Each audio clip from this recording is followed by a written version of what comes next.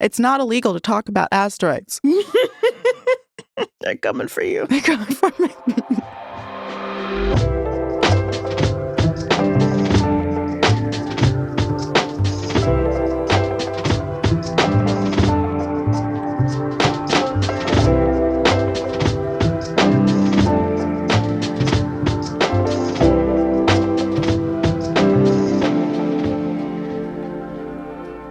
Welcome to Pale Blue Pod, the astronomy podcast for people who are overwhelmed by the universe but want to be its friend. Hi, everyone. I am Dr. Moiya McTier, an astrophysicist and folklorist and professional and recreational friend to the universe.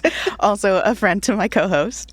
I'm Connie, friend to Dr. Moiya, friend to the universe, and friend to all of you who are listening. Yay!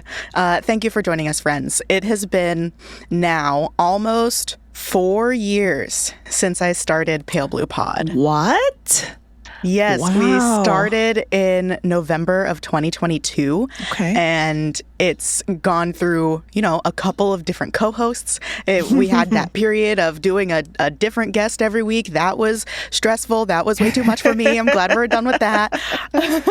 I've even done some crappy merch in the past that I designed myself and, did not have the requisite skill to actually provide in the way I wanted to. So this is an announcement right up top at the episode that we are officially putting out pre-orders for our very exciting, very high quality merch. We have a knitted blanket for you, like a nice cotton knitted blanket, like all natural material, designed by a Black queer artist that we're really excited to work with. K' is their name on the internet. We have a silk scarf, like actual silk scarf, not satin. We know the difference. Silk is a material. Satin is a weaving pattern. We are not falling for that trick, so we have a real silk scarf for you. We have a lunar calendar that'll help you keep track of all of the moon phases. That'll be and you so get a little fun. Treat every day. Ooh. Yes. An oracle deck where you can ask the universe for advice on any issue you're facing personally. You just have to be open to receiving and interpreting that yourself. And of course, like the typical stuff. We have a mug. We have a couple t-shirts. We're working on a pin. I know that's a lot.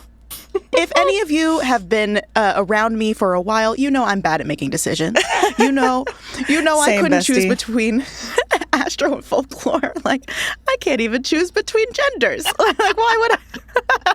So, on this last week of Pride, we're going to be spreading out this merch. And I want to do a fun little exercise with you, bestie. Okay. For our merch. Yes. So I've just described the items we have. I have 3 questions for you. Okay. And me, for us. This is a hard one, but I'm going to get it out of the way first. Which item, singular, are you most excited for? The blanket is gonna be so clutch, right? Like, it's gonna be so clutch. It's knit, it's warm, it's layoutable, and we're so excited for that, right? But I think what we all should be really excited for is this oracle deck. And I say that because we need a person who can translate the universe for us, right? And that is you, Moiya. And so you have translated the universe's messages for us onto this oracle deck. And I'm excited for everyone to see what the universe has said through you. Yay! I'm excited for everyone to see Monique Steele's art on the oracle deck. Yes. Who you know personally. Yes. That's how we found her. Yes, my friend Monique Steele. Hey, Momo. We are working with her for the oracle deck designs, and we're just so excited. She does a lot of trading card themed art sometimes, but she's really just this prolific and wide in style artist. You can go to Momo Steele Art on Instagram to find some examples of her work. So we're very excited about that. Yes, very excited. It's impossible to choose, but I think I will probably get the most use out of the silk scarf. Yeah, absolutely. I mean, your Like, I'm nightly gonna be wearing routine, that you know? every day. Yeah, exactly. It is going to be big enough to wrap around your head. Connie and I hair. both measured our head and hair to see if it would work. So yeah, that's going to be really exciting. Okay. Connie, next question. Which of our merch items would you rather have with you on a deserted island? I'm going to go with blanket on that one because I'm going to need warmth. I think on an island, like, there's going to be a lot of sand, so you're going to need something to put down, somewhere to sleep, maybe a weak cover from rain or something. So I think the blanket would be the most useful on a deserted island. You're right. You are so right. I think I might go mug. Oh, interesting. Okay. Because water is in short supply. Indeed. And carrying implements are in short supply. True. I know a mug is really only going to hold, like 16 ounces? But it's something. It's something, you know, just go over. Well, I guess it depends on where the island is. Yes. Because you don't really want to scoop up that salt water. But if you happen to be near some fresh water, you can use the mug to use that. Collect sticks for fire, like little twigs or something, maybe. Yes. I could also use it to maybe like hit some twigs to like break them up if necessary.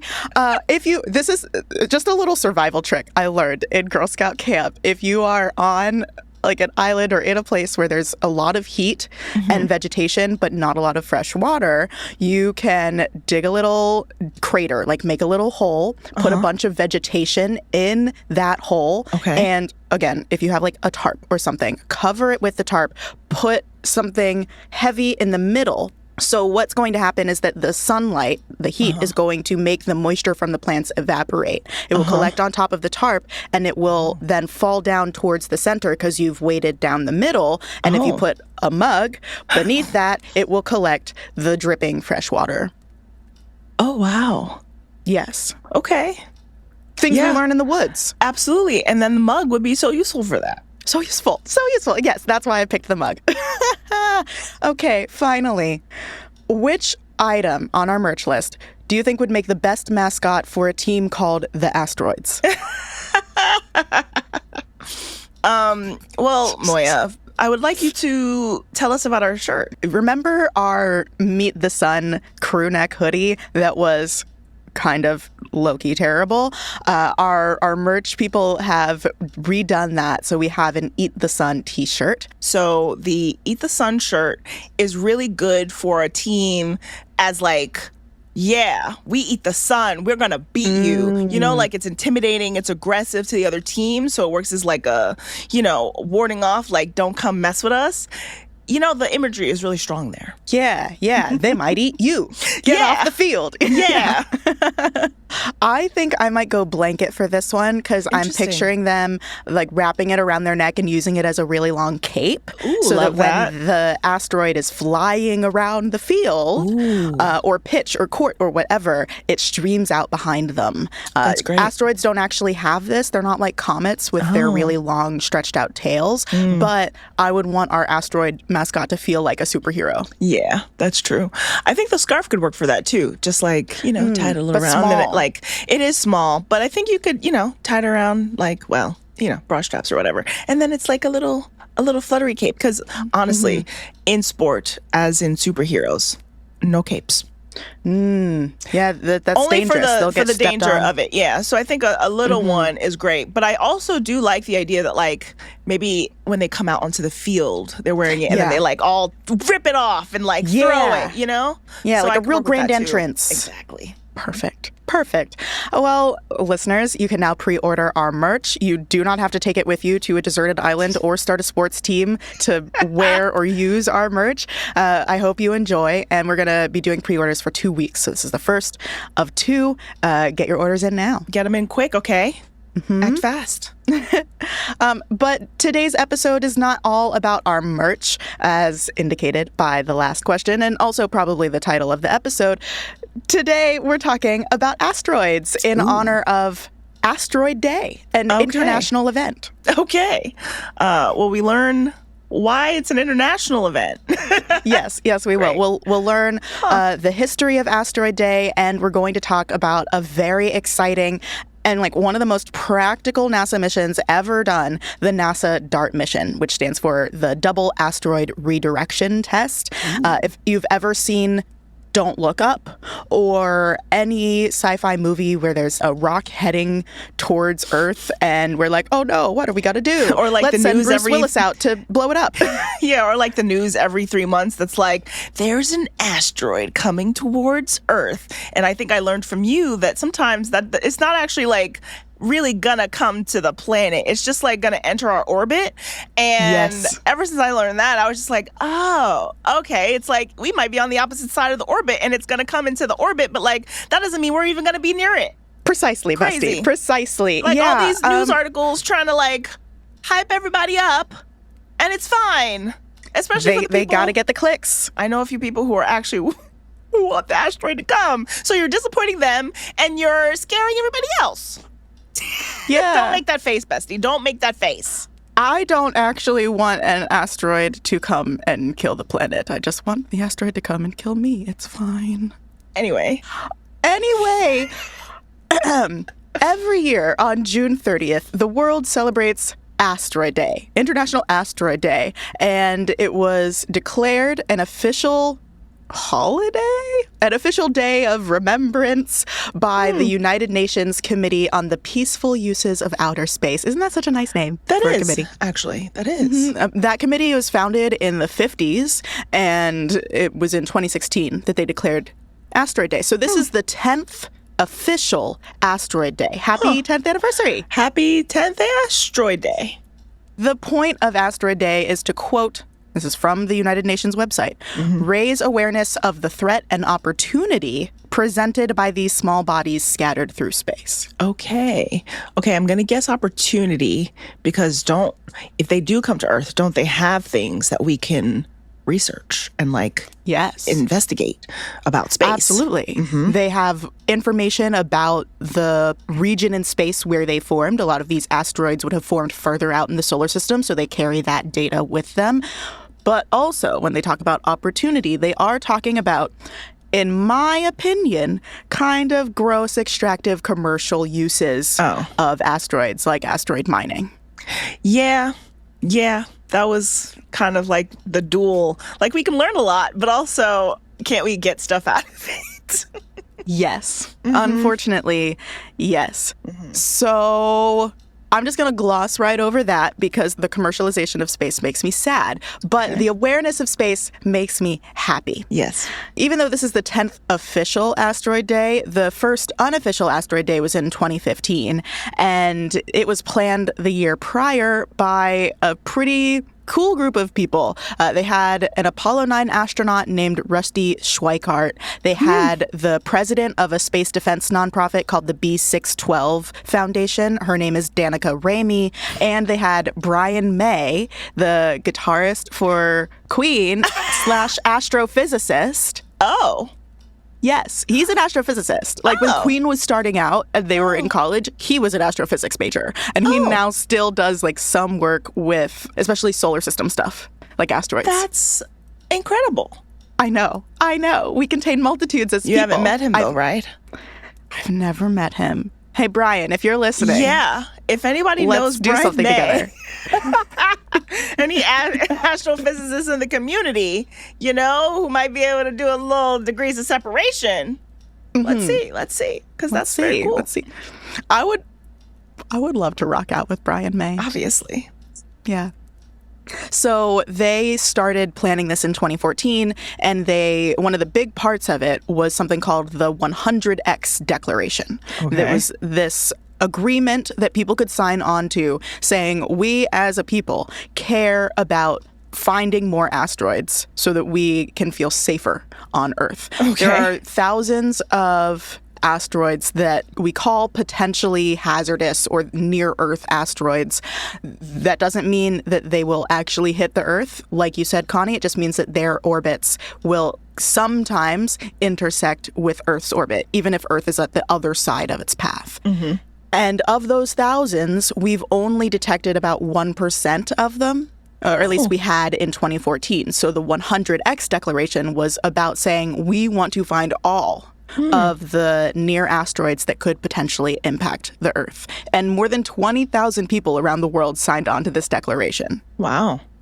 Like general public people or like science people? Oh, okay. Both. The general public, science people, some organizations signed on to this declaration. And so the UN the next year in 2016 was like, oh, I guess people really care about this. Let's make a whole day. And the day is in honor of a particular event that happened in 1908. I think we've talked about it before a little bit on the pod, but it's called the Tunguska event. Have you heard, do you remember anything about this? It's vaguely familiar. Like I may have been on the podcast episode where you first mentioned it or last mentioned it. But yeah, I can assume as well a little bit. I can infer some things that may have happened here. Yeah, like you can infer that there was probably some kind of devastating thing that happened with an asteroid. Yeah. Not as emotionally devastating as you might suspect. Okay. So in 1908, on June 30th, an asteroid that was about 130 feet in diameter, we think, exploded above this really remote region of Siberia in Russia. We say extremely remote, like almost no one lived there. There were a few human casualties. Most of the casualties were reindeer, unfortunately, like herds of reindeer. Santa's Santa's backup crew. Yeah, so if in 1908 Christmas was a little short in the world, then that's why we can blame it on this asteroid. We have eyewitness accounts from the event because there were a few reindeer herders out doing their work and they saw it. What we've been able to figure out since then is a little bit less than ideal because we weren't able to access it, or no scientist was able to access the area until 1927, so almost 20 years later, because it was this super remote region. There's this Russian scientist who wanted to go and explore it earlier in the 1920s, and he just physically had a hard time getting there. So then it took until 27 to actually study it. There are no recognizable chunks of the asteroid left. So we're talking particles that people are studying. We're talking like getting dirt samples and figuring out if there are any foreign isotopes in those little samples of dirt. In a haystack. For real, yeah. But we've still been able to get an idea of what happened. So we think that based on the radius of destruction, that the asteroid would have been about 130 feet wide. This is average, but like it's smaller than a lot of the asteroids we're probably going to talk about later in the episode. Okay. We think that it entered the atmosphere at an angle of about 30 degrees based on the destruction path that we can see, and it probably exploded about 6 miles above the surface, releasing as much energy as like a bunch of TNT, like so many tons of TNT. It was such an explosion that the asteroid itself was most likely vaporized. Wow. There were 830 square miles of damage, up to 20 miles from the epicenter. Millions of trees were knocked over. I have here a picture for you. Is that what that's supposed to be? Yeah, the scientist who went to study this in 1927, almost 20 years after the event happened, took this picture of a bunch of trees in the area knocked down. Yeah. Like worse than a hurricane, like tornado valley style. Like they're all like, it looks like they're all kind of going in one direction. Yeah, they're all laying on their sides. There's like one stick that is standing up. Yeah. And then there's like these like distance, the little trees in the background from like the clear area. It's like wild. And it's like, is this like meant to be a little crater? Yes. Wow. Yes. Maybe not a little crater, a big crater, huh? Big crater. 830 square miles. And that whole thing isn't a crater necessarily, but it left a mark on the land that we will be able to see for generations. But then everything vaporized. Just the asteroid vaporized. Yeah, the asteroid vaporized. So that's still mind-boggling to me. I'm like, there's such clear damage, and then the thing that caused it has like disappeared. That's wild. Yeah, it was a really powerful event, and we are lucky that it didn't happen over a more populated area. Yeah.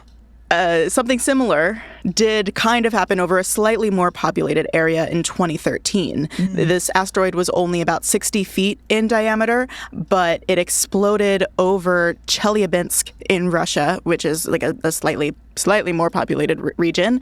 And after that event in 2013, that's when people in 2014 started talking, like, we really need to get the public knowledge about asteroids up.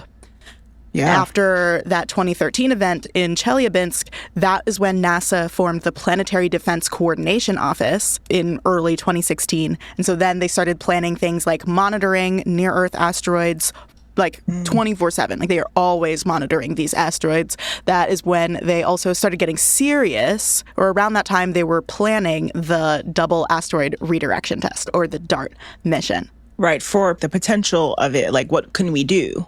Yeah, the idea is that we clearly live in a solar system where there are these asteroids that can come towards us.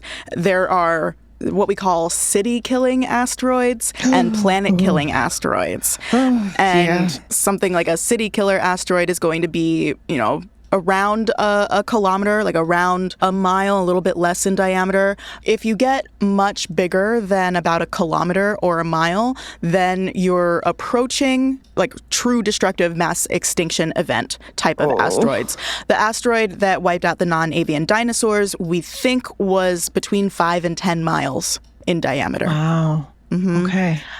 There are some asteroids that are around the 10-mile mark, but not many. The vast majority of them are smaller than a kilometer in diameter. Okay. But we still want to look out. Yeah. We still want to be careful.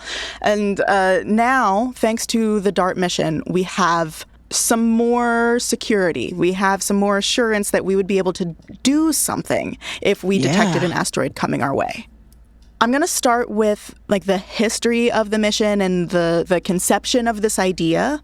But first, I want to talk about the proof of concept for asteroid impacts, because the DART mission was not the first time we sent something to hit a rock in space. That was actually in 2005 with NASA's Deep Impact mission. Have you ever heard of this? I mean, I've heard of the movie title called Deep Impact, but not necessarily this specific thing. Is that a space movie? I want to say it is, and I feel like it predates 2005 as well. I'll look it up. Maybe we could watch it. Right. And then compare it to the actual Deep Impact mission. It's a 1998 film, yeah. About space? With Morgan Freeman. Okay, yeah. Sci-fi action, 2 hours. Yeah. Sounds like we have our next film movie. About a massive comet on a collision course with Earth, threatening human extinction, and follows the efforts of a U.S.-Russian crew to destroy it while the world prepares for the worst.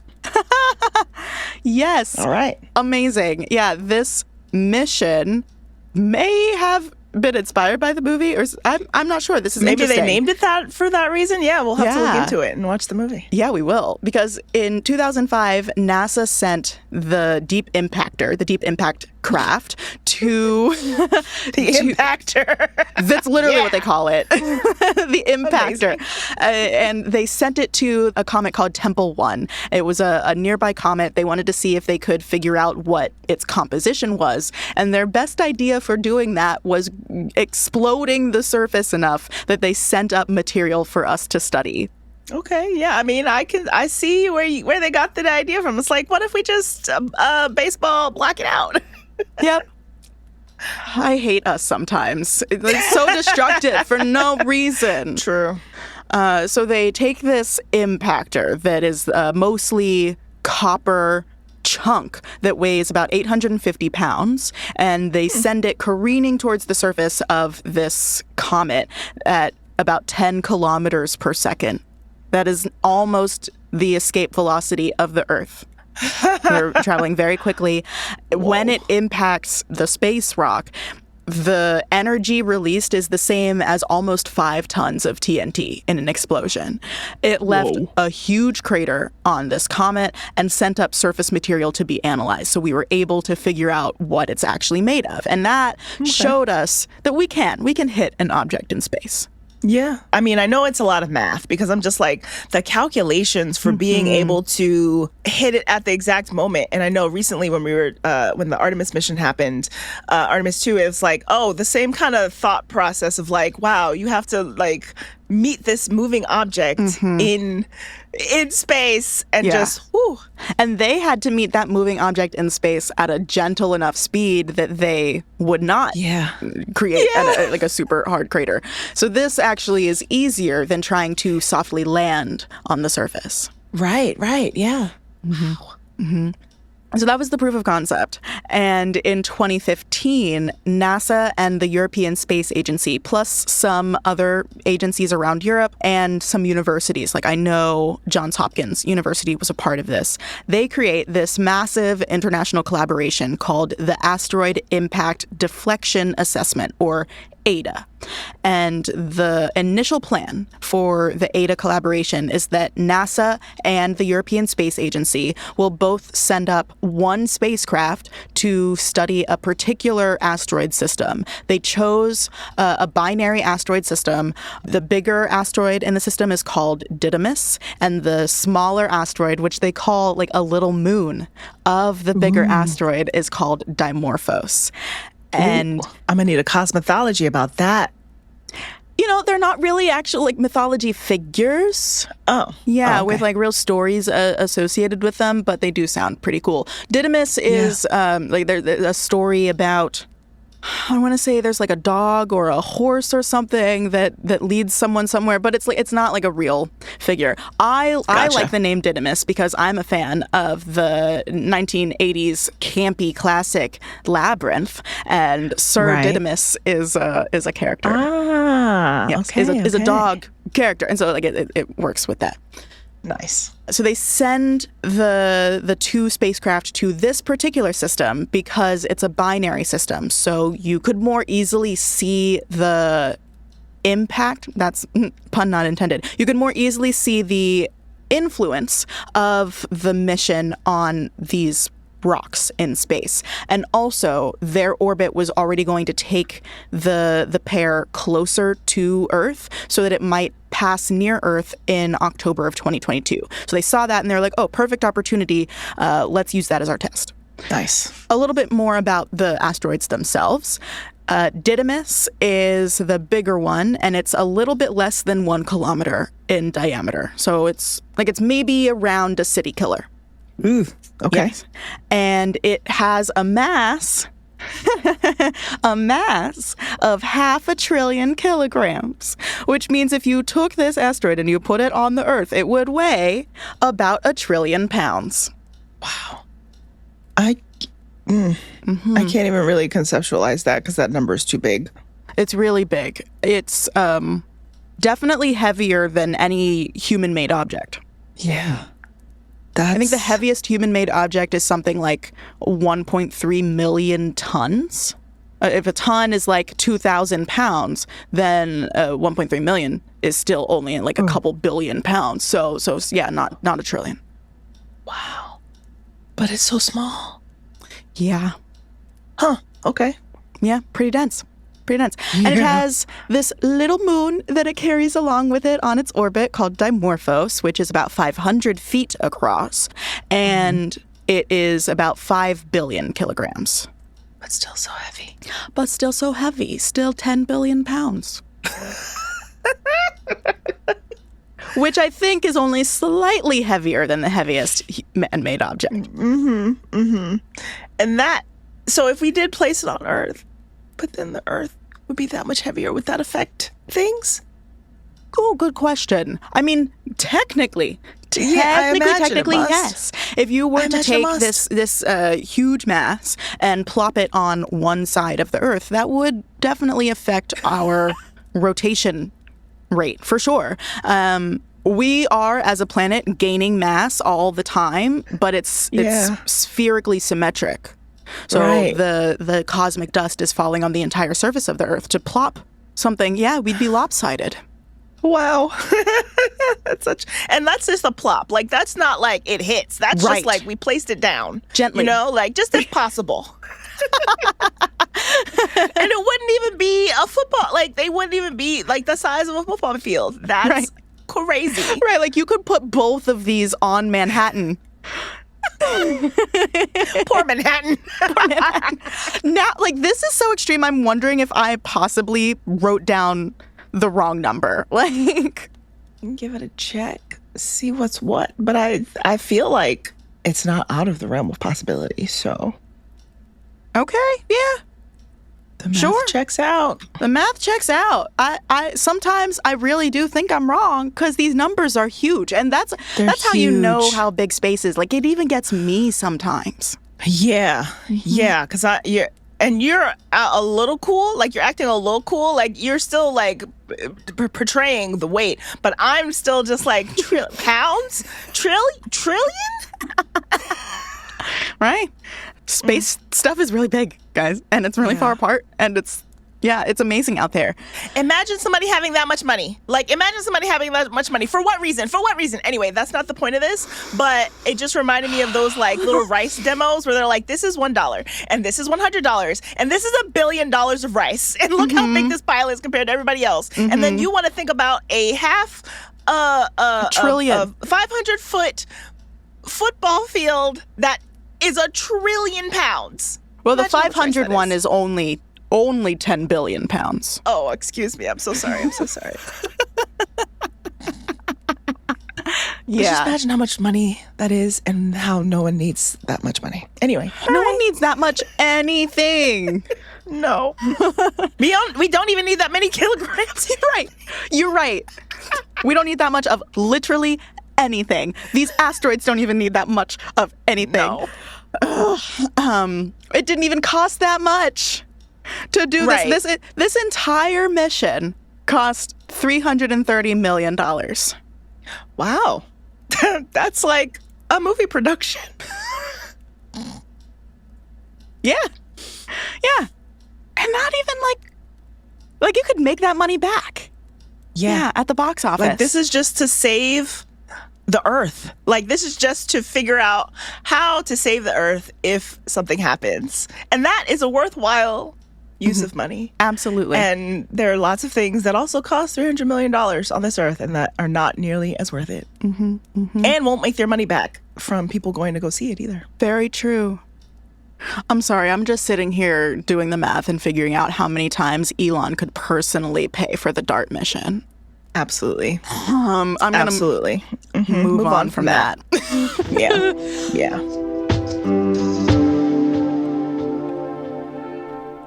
Hi friends, it's me, Dr. Moiya. Connie is outside on Asteroid Watch, so I'm going to take some moments to share some messages with you. The first message is very exciting. It's that our merch pre-orders are now open! Yay! You can head on over to certifiedcrucial.com/collections/pale-blue-pod. That link is in the episode description. If you want to put in your orders for our awesome new merch, we will be collecting pre-orders for 2 weeks before we send everything into production, so get your orders in now. It's very exciting. My next message is a podcast recommendation. It's another show in the Multitude Network called American Medieval. This is a podcast about the Middle Ages, but with an American twist. Every week, Professor Matthew Gabriel is joined by an expert scholar to talk about either some bit of the medieval world itself or how Americans have always used the Middle Ages to say something about ourselves. If America has never been fully modern, it might be because we've always been a little bit medieval. They just did an episode on the opera and medievalism, so check it out wherever you get your podcasts or at AmericanMedieval.com. New episodes are available every Wednesday. Okay, Connie is back. She says the sky is clear, and she had our special asteroid searching goggles, so I trust her on this one. Let's get back to talking about this asteroid collaboration. So the initial plan was for NASA to send DART to this binary asteroid pair, and the European Space Agency to send something called the Asteroid Impact Mission, or AIM, spacecraft. AIM was supposed to orbit around the system and monitor it, kind of leading up to and after the DART impact, but the European Space Agency couldn't procure the funding for AIM. And they announced that in like 2016, 2017, so almost immediately. And then they had to redesign the mission. So they got approved for a new spacecraft in 2019 with, I guess, a cheaper design. And this new mission is called Hera. Okay. We're getting more mythological. Yes, we are. So DART then goes to the binary pair. It impacts one of the asteroids, and the plan is for Hera later to go and just observe the aftermath. Okay. They started testing the DART design in 2017, so they got moving pretty quickly. And assembly on the final DART spacecraft started in August of 2018, and it launched in November of 2021. So it took them about 3 years to build and then launch. Yeah. It launched from the Vandenberg Space Force Base, which used to be the Vandenberg Air Force Base in Santa Barbara in California, on a rocket by a company that heretofore shall not be named. It was a Falcon 9 rocket, in case you can go and look up the specs of it. The spacecraft itself, if you're talking about the DART spacecraft, it is mostly held in this boxy region in the middle of the spacecraft. The box is like 4 by 4 by 4 feet, so not very big. No. And it holds the impactor, so like the solid chunk that's going to hit Dimorphos, and the impactor weighs about 1,280 pounds. Okay. This is heavier than the Deep Impact impactor, but it is going to be moving more slowly by the time it reaches the system. So like the same amount of destructive force, almost. So you have that impactor in the middle. It doesn't really have any science instruments on it. They're not trying to study these asteroids that they're about to destroy. That's what Hera's for. That's what Hera's for, yes. And it would be like if you named and really got to know the goat before you eat it. You just don't do that. Right. You don't want to put too much, heart and soul into this thing that's just gonna get flung into a big space rock. Right, yes. And so it really only has sensors for navigation on the box. It has a solar and stellar sensor. So one looks at the sun and figures out where are we in relation to the sun, and then it adds to that information about where we are with respect to different stars. So you can really properly position yourself. And they have one imager for navigation. It's called the Didymus Reconnaissance and Asteroid Camera for Optical, lowercase n, navigation, because they wanted to call it Draco. And not Draken? Not Dracon. No. Earlier you were like AIM. And I'm like, do they come up with the acronym first or do they come up with the name? And then they're like, actually, this is so close. Let's just rearrange this to make it Draco. I'm just so curious. They simply must. Because the order of those words doesn't make sense. Reconnaissance and asteroid camera for optical? For optical. For optical. Okay, you mean the wavelength? For optical obviously. Navigation. Obviously. Yeah, they could have other types of cameras. They could have infrared cameras or whatever. Yeah, but you'd say optical camera probably. You would say optical camera. I would say optical camera. Yeah, astro. Yeah, we need to specify. That's why we're doing a whole series of the different regions of the electromagnetic spectrum, bestie. I know. We need to respect the spectrum. No, I do respect the spectrum. I don't respect camera for optical. because they made it so it could spell Draco. Yeah. But that is pretty much the one science instrument, if you could call it that, that's on board the DART spacecraft. The rest of it is these massive solar panels that extend out to about 30 feet in either direction. And the way the spacecraft moves is that these solar panels collect energy from the sun. They convert that into electricity and then use the electricity to power the ion propulsion system. So the electricity then will redirect the charged particles that are coming off of the xenon propellant that they use. So they will use electricity to ionize the xenon propellant. They'll like burn it. They'll take away some of the electrons off of the xenon atoms. Okay. And then those now charged particles can be moved with an electric field, with a current. So they use the electricity from the solar panels to direct the charged particles from the xenon propellant out of the spacecraft at 90,000 miles per hour. And because of Newton's law saying that every action has an equal and opposite reaction, the propellant being pushed out the back pushes the spacecraft forward. Okay. And then you end up with this, you can see I provided an image of the spacecraft, and it has this like little lighter torch things like out its butt pushing it forward. Turbo boosters engaged. It's like, yeah, let's go. This is really just a super fancy fart-powered spacecraft. If you think about it. That's why it rhymes with dart. That's why. They figured out the propulsion system, and then they were like, DART rhymes with it. Yeah. And then they're like, let's do the acronym for that. We can't. We just can't. I would not be surprised if someone wanted to call this fart. And then they're like, we can't do that. Like, imagine being on the news. It's like, imagine being in front of the president. Man, I had to check what year it was. Every day, we're just one step closer to idiocracy. Yeah. Because Terry Crews absolutely would name something fart. They couldn't actually send something up into space, but if they could, they would name it fart. Yeah. Yes. DART wasn't alone. It had a little companion with it. It carried this small Italian CubeSat, a cube satellite. It's a tiny little instrument that doesn't take up much space, but you can fit sensors on it. What's so funny? The American spacecraft just brought a little Italian along. It's your little emotional support Italian CubeSat. I'm like, right, this is international. Yes.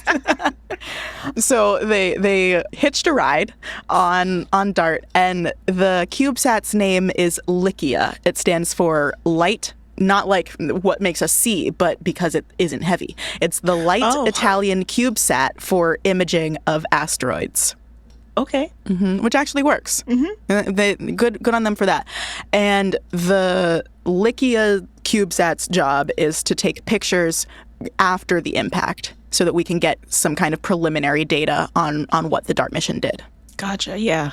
This wasn't Hera. Hera's for later?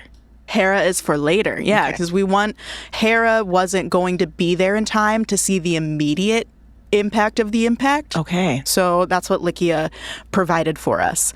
And it hitched a ride on DART. It separated from DART about 2 weeks before it made impact with Dimorphos in September of 2022. So it took about 10 months to travel from the Earth to this binary pair system because they had to really precisely calculate the orbits of things.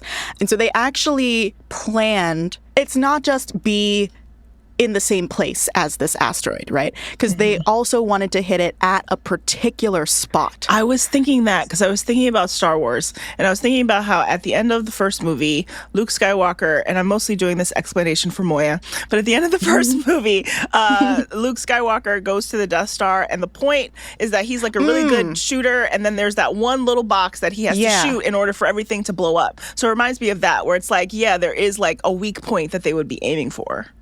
It's not necessarily a weak point in the asteroid, but a strategic point that will push the asteroid in the direction we want it to go. Right. Because the whole point of this is not to destroy the asteroid, but to knock it off of its orbit ever so slightly so that it would miss the Earth instead of hitting us. Yes, that makes so much more sense. Because I was like, that copper thing is a really small thing.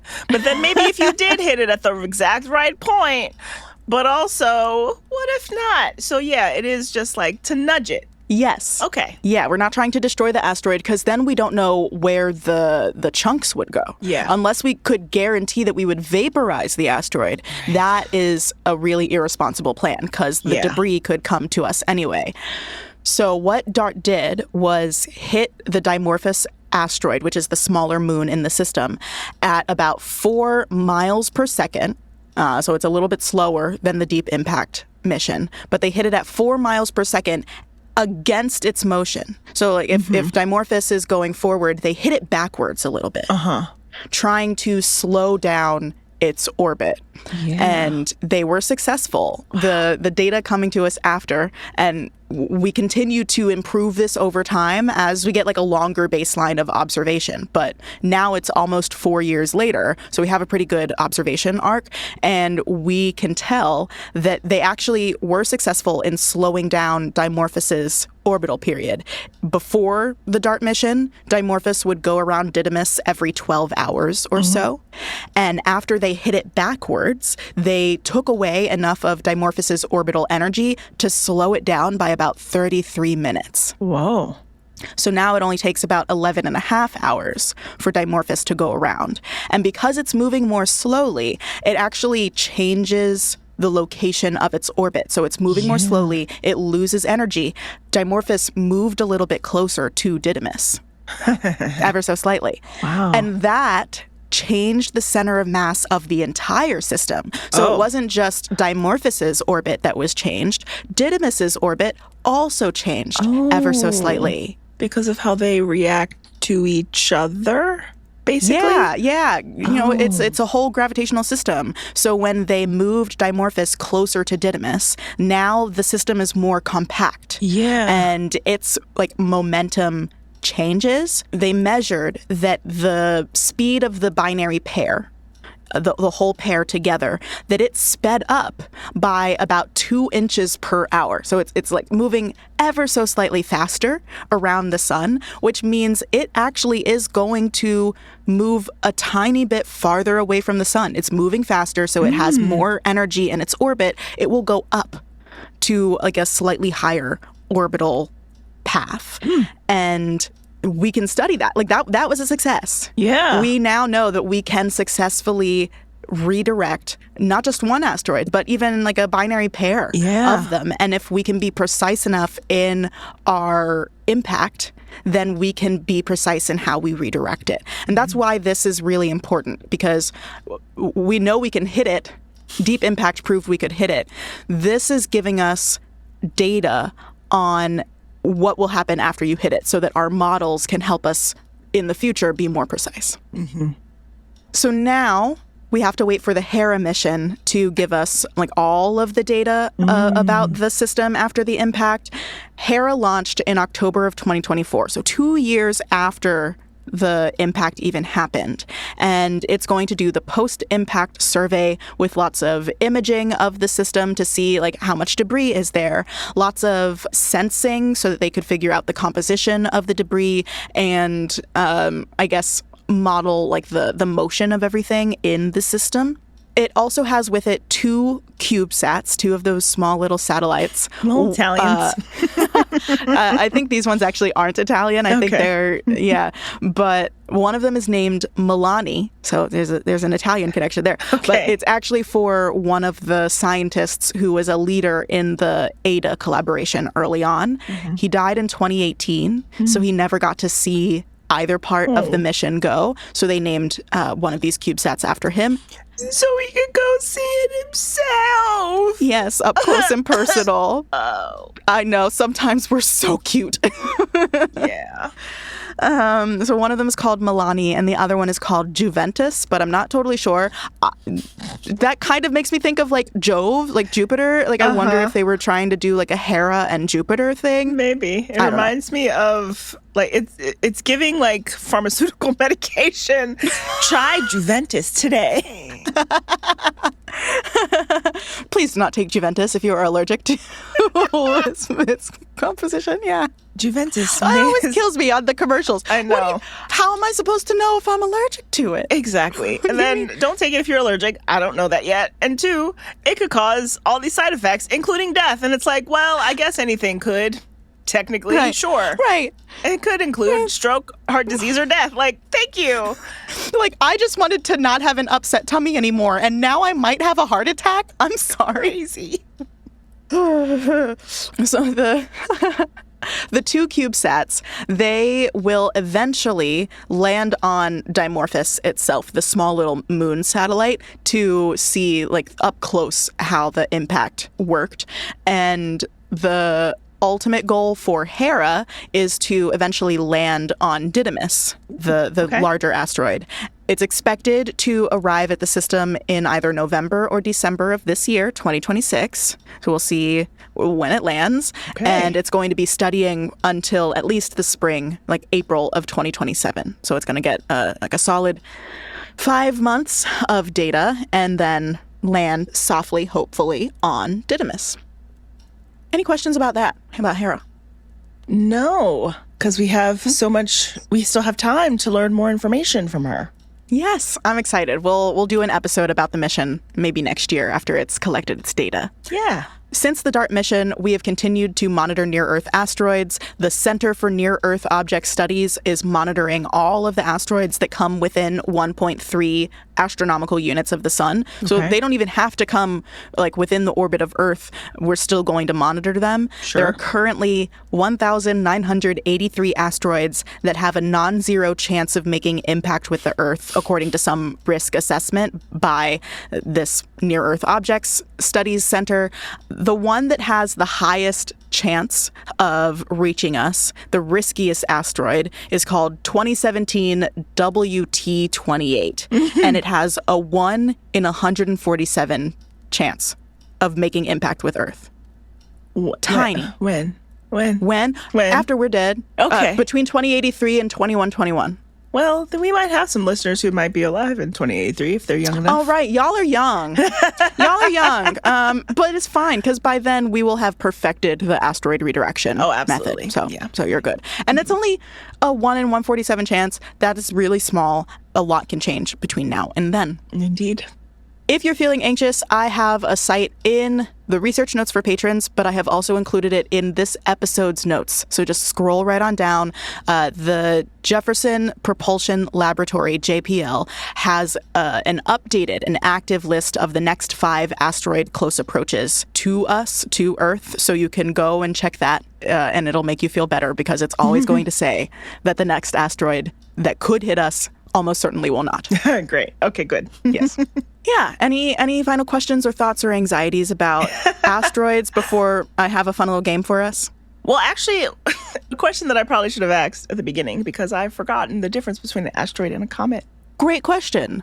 An asteroid is typically rockier, typically going to be formed closer to the sun than a comet, which is more typically icier and formed farther out. So the comets, because they are made of icy material, they have these tails, these streams of material that follow them because as they get closer to the sun on their eccentric weird orbits, it melts, it evaporates, and then it creates this stream. Asteroids, they're rocky. So when they get close to the sun, they're not melting, they're not evaporating. Sometimes you would see escape of gas that are trapped in little pockets within the asteroids, but they're still not going to have that long tail. Oh, okay. Yeah. Great question. So in honor of the 10th official asteroid day, I wanted to play a little matching game with you, a very low stakes matching game. I have 10 Earth-crossing asteroids. Their orbits can cross across Earth's, and I want you to match them to their namesake. Okay. For each of them, I will give you 2 guesses. Okay. I also have in the notes the names and the things for you. You can cross them off as we go through so that you can remember which ones we've already done. Okay. I have 10 asteroids. I'm going to call them in alphabetical order. For the listeners, I will tell you that the possible namesakes are a Greek dog, Cerberus's 2-headed brother. There's the Egyptian creator deity and patron of architects. There's a Norse or Germanic dragon-slaying hero. There's an Incan thunder deity, a Celtic war god, a Hungarian city, a Greek nymph, an astronomer's wife, the Roman god of wine, and pleasure, and the Mayan jaguar, god of the sun. So those are the 10 different namesakes that we have for you. I think you're going to know a couple of these. Yeah. But you get 2 guesses, and there are no stakes. Yeah. This is admittedly way too many options for a matching game. I'm sorry. But I can't help it that it's been 10 years since the first asteroid day. Exactly. So it's fine. So let's just keep going. We're going to try it out. The first asteroid, which I guess is like pretty small because I couldn't find a size or a distance for it, but it's called ahhh. Okay. AHAU. I'm going to guess Incan thunder deity. Oh, you are so close. Okay, but okay, no. okay. Mayan jaguar sun god. Yes. That was my second. That was going to be my other guess. Why? Just something about it was giving South American. I did think that's probably how you would do these. Yeah, like I don't know all of the like word origins from all these different like cultures, but like I'm just gonna go with my guesses based on the ones that I do kind of know. That's great. Yeah. Kinichahau or ahhh is the Mayan god of the sun. If you and said every that, day, I might have actually gotten it too. Kinichahau? Yeah, because of the like that's just like a similar syntax to Yeah, like Quetzal. it has South American like linguistic patterns Exactly, with yes. it. Yes. So the god is Kinichahau sometimes, but the asteroid is just called ahhh. And I like talking about Kinichahau when I give lectures because it describes the day-night cycle on Earth. So Kinichahau will walk across the sky as the sun every day, and then he turns into a jaguar at night, and he walks through this rift in the Milky Way to the Mayan underworld called Xibalba, and then he has to do a bunch of trials in Xibalba going from west to east so that he can rise again as the sun the next day. Ooh, I do him. love that. I do love that. Yes. Okay. So 9 left. The next asteroid is Bacchus, which is about 1 kilometer in diameter, and its minimum orbital intersection distance, or MOID, is 6.3 million miles. So the closest it's going to get to the Earth in the next like several hundred years is 6.3 million miles. Oh, okay. Cool. Yeah, so who is Bacchus named after? The Roman god of wine and pleasure. Indeed. I just did a cosmethology about Dionysus yesterday and got to talk about him like whipping people up into a frenzy. And then obviously had to mention the Bacchae, this like famous Greek play about Bacchus driving women mad until they ripped people's heads off. The Bacchanalia, right? Excellent. Good job. I knew you would get that one. Yeah, that's probably the one that I know the most. The other ones, I'm like, I'm going to be guessing. That's fine. Number 3, this asteroid is called Aegir, and it's about a mile in diameter, and the closest it'll get to us is 7.25 million miles away. Okay, Aegir. I'm going to go with Norse Germanic dragon slaying hero. Okay. I think right continent. Okay. So then, Celtic war god? Oh, dang. I wish. This is a Hungarian city. Dang it! That was my third option, but it was the third one. Yeah. Yes. Aegir is apparently the second most populous city in North Hungary, and it has a population of like 53,000 people, or at least it did in 2019. And it is known for its red wine and its Baroque architecture and its castles, and it has this city under a city. So there are these like cool tunnels you can explore underneath the city. I've never been there, but now I want to be. Sounds like a pale blue pod trip, you know? I don't know how we turn it into that. Next live show. Yeah. Next live show is in Aegir, Hungary. Check us, find us there. Okay, the next asteroid is Alapa, and it's about 1 mile in diameter, and it's going to get 2.2 million miles to us at its closest. I might not be pronouncing it right. I was somewhat hoping that your pronunciations would help me. I do have like 2 guesses. My first one is going to be astronomer's wife. No. Okay. More interesting than that. More interesting than that. Okay. Greek nymph Pan's pipes. Oh, I see where you would get there. That does sound like it would be a Greek nymph name. Yeah. This is the Incan thunder deity. Ooh, okay. Love Yes, that. thunder, and just like weather more generally. I do not know much more about him because thunder isn't in space usually. No? Okay. But lightning? Because on Jupiter? Does Jupiter have lightning? Yeah, but Jupiter does have lightning. Okay.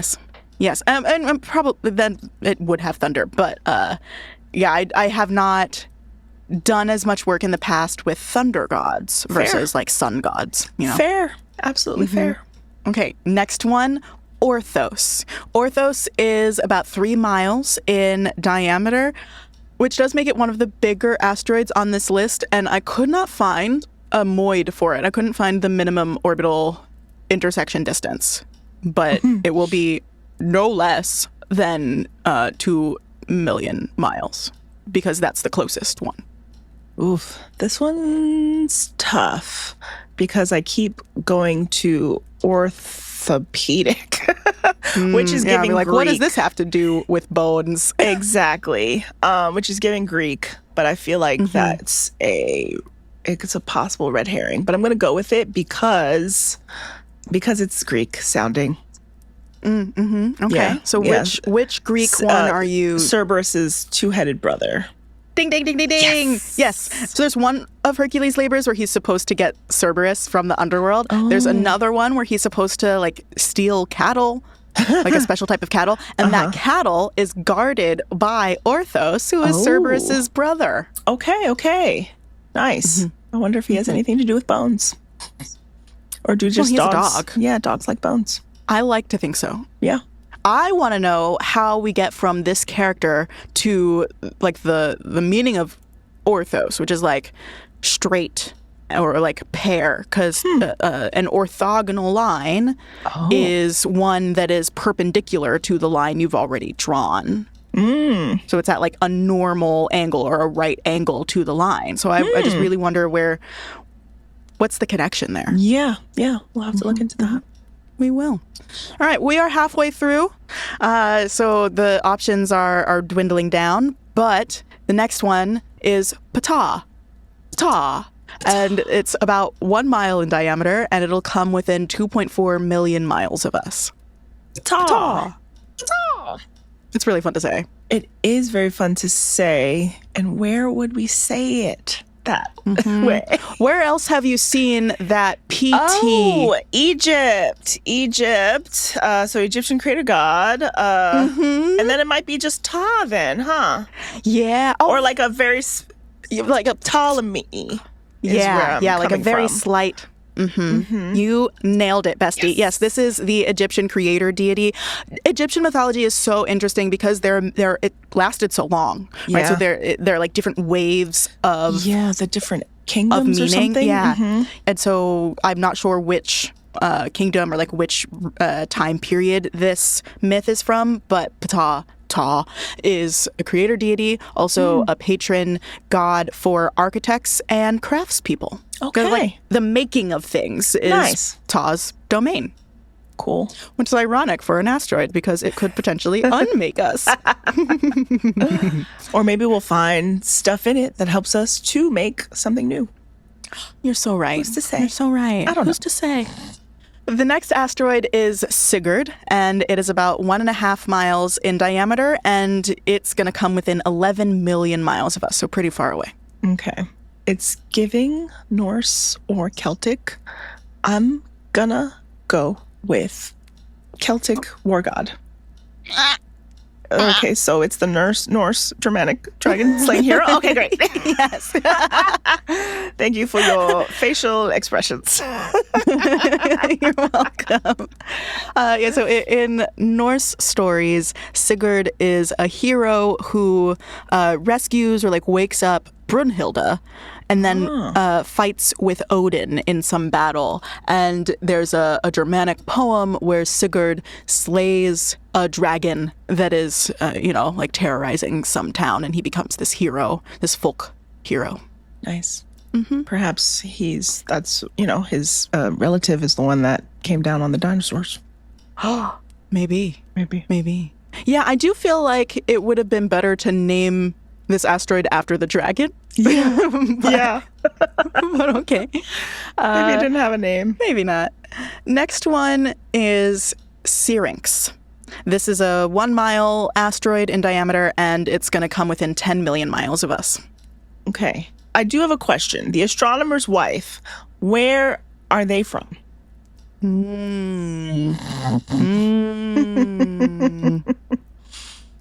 No idea. Okay, that's fine. Probably Europe. Just based on statistics, that's where a lot of them are. Yeah. Okay. So Syrinx. I'm going to guess a Greek nymph. Yes. Because of the X, it was giving either Egyptian for Sphinx or Greek. But I'm like, actually, I don't know where we get the word Sphinx from. It might. Yeah, the Sphinx is like that time period where it's like Hellenistic Egypt. Exactly. So it's the mix of Greek crossover. and Egypt. Yeah. Excellent job. Syrinx was a nymph who the god Pan decided he had to have. And so he chased her through the woods. She eventually comes to this stream and begs the water nymphs in the stream to turn her into some reeds in the stream. Pan comes along and he's like, oh, darn, I can't find this woman anymore. But wow, look at those reeds. And he cuts down the reeds and he turns them into his pan pipe. He knew. Yeah. This wasn't here before. You're right. He's the god of the forest. He knows all the pipes. He knows where they all are. Like, come on. You ain't slick. Pan. Like, this one senses a little human. Oh, yeah. It's a sad story. Yeah. Next one. Toro is 2.5 miles in diameter, and it'll come within 4.7 million miles of us. So there are two options left. There's Celtic war god, and there's astronomer's wife. Toro does sound like a strong, brief name for Celtic war god. So I'm going to go with that. No. Dang. Okay, so then it must be the astronomer's wife. It is. Yeah, this is the astronomer who discovered the asteroid, named it after his wife's maiden name. And I think he may have named another asteroid with her first name. So I love a wife guy. Yeah. That's what one of the Artemis astronauts did when he named the, like a crater on. Yes, Carol. A wife guy. Love it. Love a wife guy. Yeah. And finally, we have Tutatish. It's Toutatis, and I know because there's one left, so you know it's the Celtic war god. Yeah. In Irish, an is is usually ish, so I would imagine Tutatish, and this is the Celtic war god. But like little known, his name does seem to translate to something like tribe, so maybe a protector deity of like an early Celtic tribe. I wonder if I would have guessed that based on your pronunciation, because I know that you've taken Celtic or Irish. You've taken Irish. And so the overlap there, I think you would have, the pronunciation of your specificity would have maybe clued me into something Celtic or Irish because of that. Yeah. Yeah, but it was been last. She didn't pronounce that S. It's like, how'd you pronounce that? You knew that way too specifically. When I don't even know how to say like ta. So yeah, that would have given it away. You know all of the words. That's true. Listen, you study a lot of different cultures, and so you have a lot of different root words and stuff. So like, thanks, bestie. Thank you for playing that game that probably went on longer than it should have. But hopefully now people see that the most dangerous asteroids are really not even coming within 1 million miles of the Earth. I hope you all sleep soundly at night, knowing that Don't Look Up was so far from a documentary, and that we now have a way to make sure that movie never becomes reality. Absolutely. And I think the horror of that movie was more about I haven't actually seen it yet, but from the discourse that I remember, it was also about like how close it is to our current political reality and how there are just so many bad, terrible people running things. But I will actually have to put that on my list for future discussion, maybe, now that I'm less terrified about asteroids. Oh, good. I will say I could not get through all of Don't Look Up, not because of the science, but because of the science communication. I was just sitting there fuming, thinking like, oh my God, if I was in Jennifer Lawrence's shoes, I would do a much better job communicating what's coming. Yes. Absolutely. So yeah, I hope you are all more comforted after this episode. If you're not, we do have some merch that you can get to make yourself more comfortable. You wrap yourself up in a blanket and be like, get cozy. Yeah. Oh, even if the asteroid's coming, at least I'm warm. Yes. Oh, I love you all so much. Please check out the merch pre-order form in the episode description. Pre-orders really help us know how many items to make. So please fill that out. And well, listeners, remember, no matter how many millions of miles you are away from Earth or in space, you are space. Always.